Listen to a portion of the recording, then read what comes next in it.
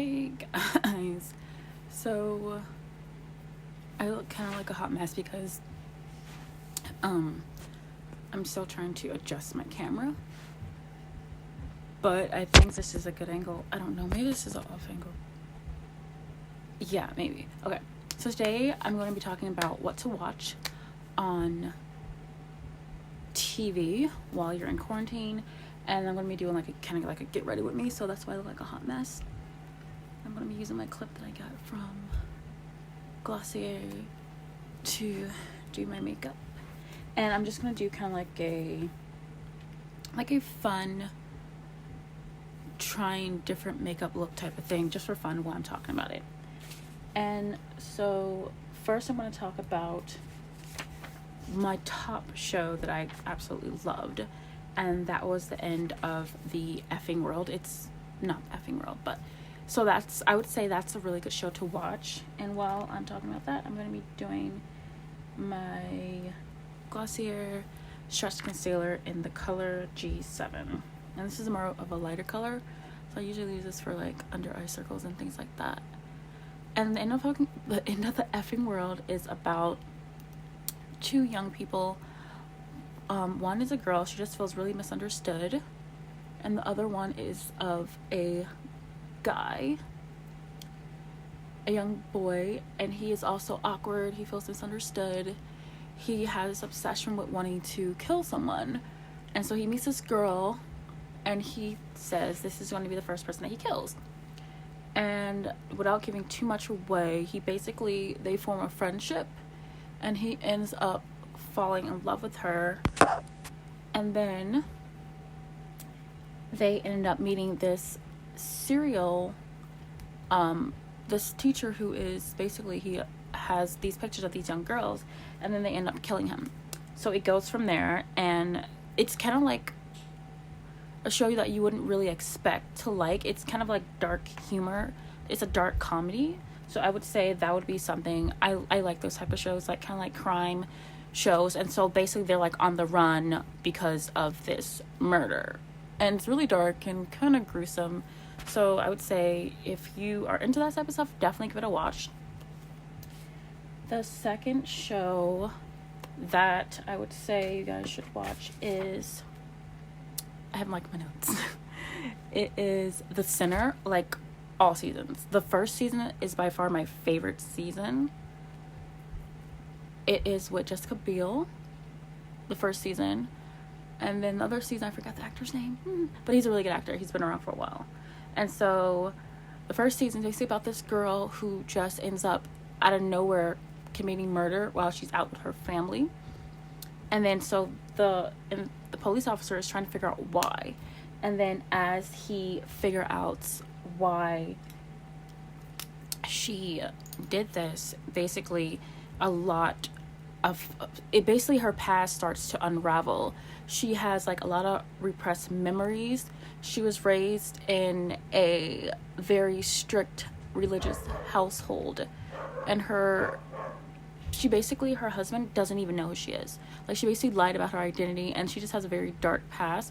And as the show goes on, you get to find out like why she committed this murder. It's very like, it has so many twists and turns that once you figure out why she did this, you're like really shocked. I mean, there's just so much more to it than that. So I would say that is my top two. And then season 2 is about a little boy that commits a murder, who is also in, like, I feel like The Sinner, it's called The Sinner for a reason. It really talks about like religious extremes. So the premise of the whole show is about like these religious extremes and how people get caught up in them and how people's behavior reacts because of that. I need some. So the whole premise of this show is about like these religious extremes and people's behavior because of these religions. I feel like every time I do this eyebrow, this eyebrow looks perfect and this one doesn't, like, ever. So that's that. I'm just gonna leave it like that. And then I'm gonna take So yes, The Stranger season 2 are good. I have not gotten to season 3, but I heard my hair's all messed up. But I heard season 3 was also really good. And I would say definitely season 1. If you don't like season 1, then don't ever watch the show, but definitely check out season 1. It's such a good, interesting show. And my next show that I'm obsessed with, I've only watched I think I watched 6 episodes, but the new episode comes on this Wednesday, and it's called Little Fires Everywhere. It's based on a book. It comes on Hulu, and it is with Kerry Washington and Reese Witherspoon, and the show is basically about, it's set in the early 90s, I think.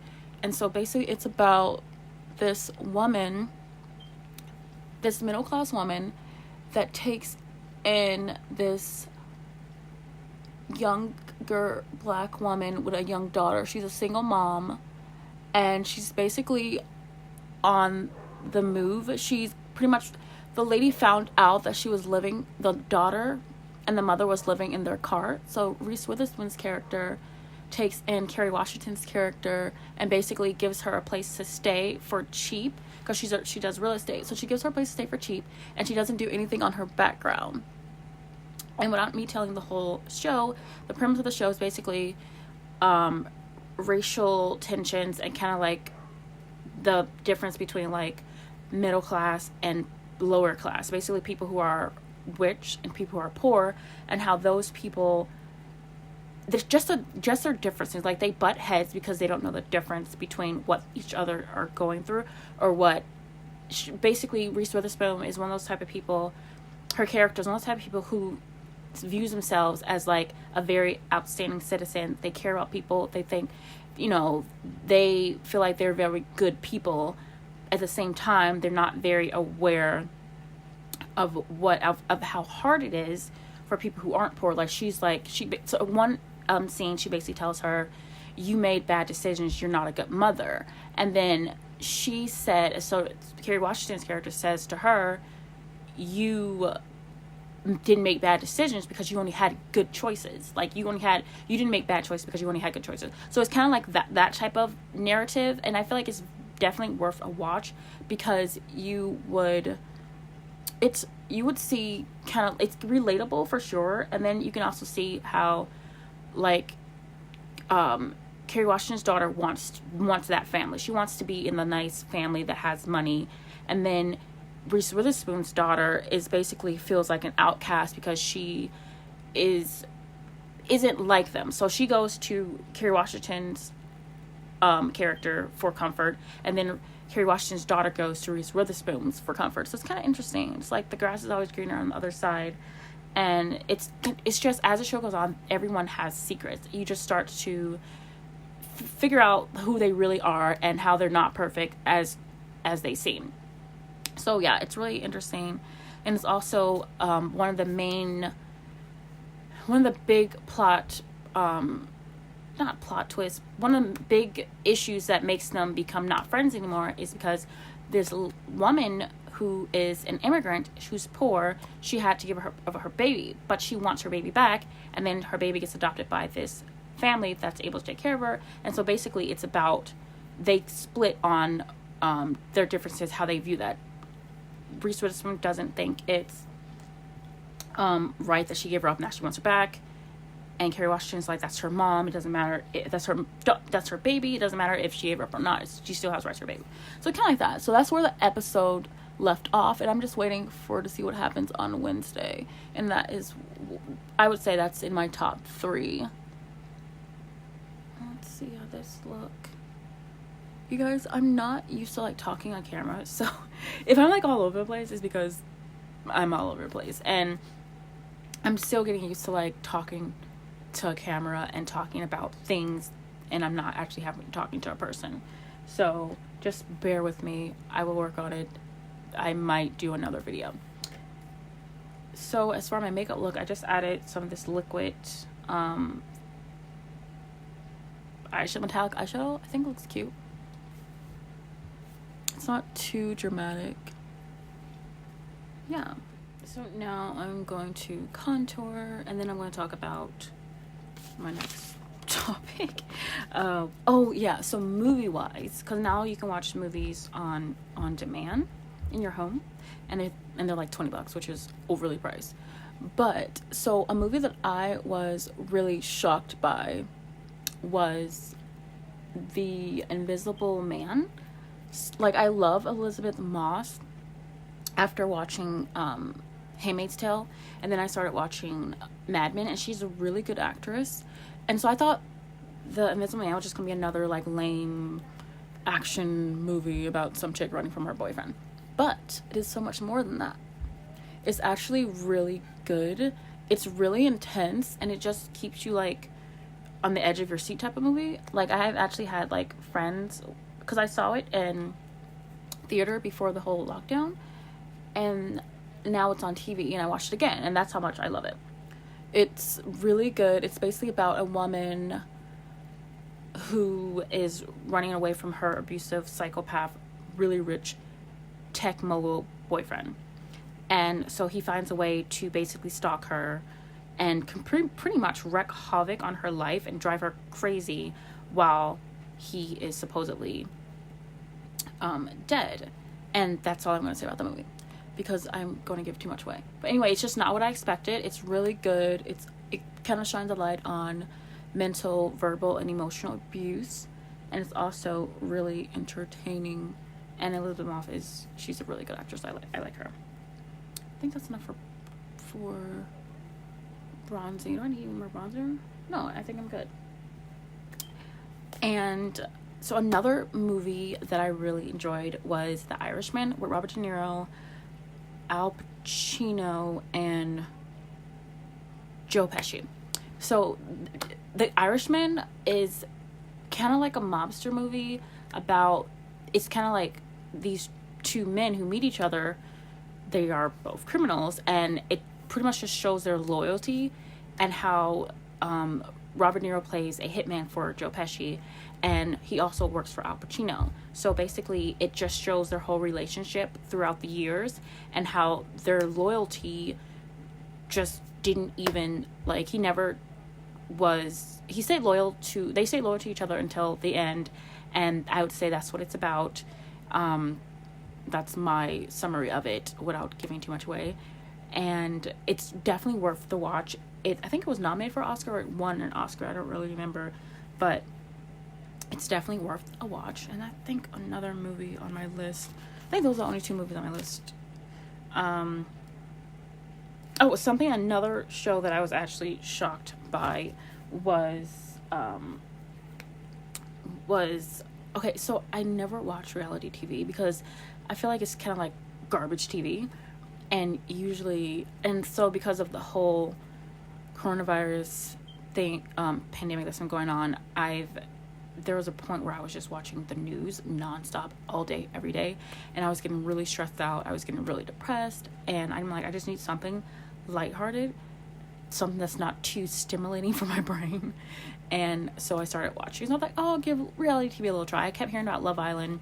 I follow a lot of British bloggers because I'm obsessed with England for some reason. And so I was following a lot of British bloggers, and they were always talking about Love Island. I'm like, I'll give it a try, see what it is. Maybe just something just entertaining and get my mind off things. And I am hooked. Like, I'm addicted. I'm watching season 5, Love Island UK, and I've never been so emotionally invested in couples or angry or sad or on the verge of crying watching a reality show. It's really intense, and there's always something going on. Like, it just you never know what's going to happen, and it's really entertaining. And I'm like really invested in these people's relationships or potential relationships or hookups or whatever. And I don't know, it's really refreshing to just see like how people's like dynamic in like relationship, how these people have never been in a relationship, people have been in a relationship for a long time. There's a ton of good looking people, so it's really good eye candy. And then it's United Kingdom, so it's all these different accents, and it's really fun to watch. So definitely, if you're into like reality shows and dating shows like that, So yes, I think definitely check out if you want something that's like not too hard to watch and you just feel really stressed out. Instead of stressing out over something that you can't control, just stress out over people's dating lives. That's, that's a lot better. So I'm going to be using the Milk Mascara, Kush Mascara, in black, jet black, I think. What color is this? I don't know, but it's black. And let me know your thoughts about Love Island in the comments. If you enjoy it, if you think it's just another stupid show, what season are you on? Have you seen season 5? What do you think about season 5? And I'm not finished with season 5, so don't tell me. I'm almost done. So just be aware of that. What was I gonna say? Yes. And so that's like the only reality show that I'm watching right now. And then the next topic that I want to talk about is, I'm almost done, guys, because there's I'm not even going to go over this full list. Okay, the Tiger King. Everyone keeps talking about the Tiger King, and I'm sick of hearing about it, but I have not watched the Tiger King yet. And I've heard mixed reviews. I've heard that some people really, really enjoyed it, and I've heard some people didn't like it, and it's just a bunch of mixed reviews. So I would say I will eventually watch it, just not at the moment, because I don't know, I've seen previews. I just don't really care right now to watch it. But eventually I will. So if you've seen the Tiger King, let me know your thoughts on it. Leave your thoughts in the comment section. Tell me know if you hated it or if you loved it, or if you think I should watch it. And something else I haven't watched. Oh, no. So if you want to watch movies that are kind of like based on movies that are based on the current, that are about like outbreaks, maybe to give yourself a little bit of hope, maybe to give yourself a little bit of education regarding outbreaks, I would suggest watching Contagion. I think Matt Damon's in it, and Gwyneth Paltrow. Contagion is a good one. I've seen that one, and I would say Outbreak is really good as well. Some of these movies will scare you, but it'll also give you a little bit of hope. And just random zombie stuff. I really liked 28 Days Later with Cillian Murphy. He's really good in it. So it's another movie about outbreak zombie stuff. So those are movies I think you should watch if you just want to get in the mood of making yourself more stressed out, or if you just want to educate yourself. So I just put on the NYX lip liner in Natural, and then I put on this nude lip gloss by Sephora. So it's called the Perfect Nude, and it's like the Sephora Gel Gloss Ultra Shine Lip Gel. So yeah, so it looks like this. It's really glossy. I don't think I want to do anything else. I mean, I don't really want to wear that much makeup today. I just wanted to do something. Yeah, I think I like my look. Simple. Yeah, so I think that's about it. Yeah, I mean, I've watched so many movies. Those are the ones that I think that I really liked, that I'm really emotionally invested in, and that have kept me really entertained. There's some other shows that I watched that aren't really worth mentioning for me personally, but those are my top suggestions. If you can think of anything else that you guys think I should watch as far as shows and movies, documentaries, leave them down below. And thanks for watching. And if you have any suggestions for how I can improve my videos, just let me know, because this is like my first commentary type talking video. So just if you like, subscribe, leave a comment. Thanks for watching.